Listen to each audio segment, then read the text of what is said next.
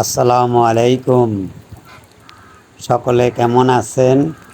নিশ্চয়ই ভালো আছেন।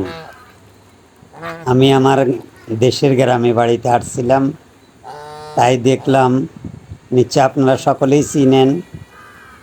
রাস্তার উপরে দেখলাম কিছু রাজহাঁস পানি খাইতে আছে, তাই আমার কাছে দেখে অনেক ভালো লাগলো। আমি তাই ওদের ভিডিওটা করলাম, তাই আপনাদের মাঝে ভিডিওটা দিলাম। আপনারা অবশ্যই ধৈর্য সহকারে দেখবেন।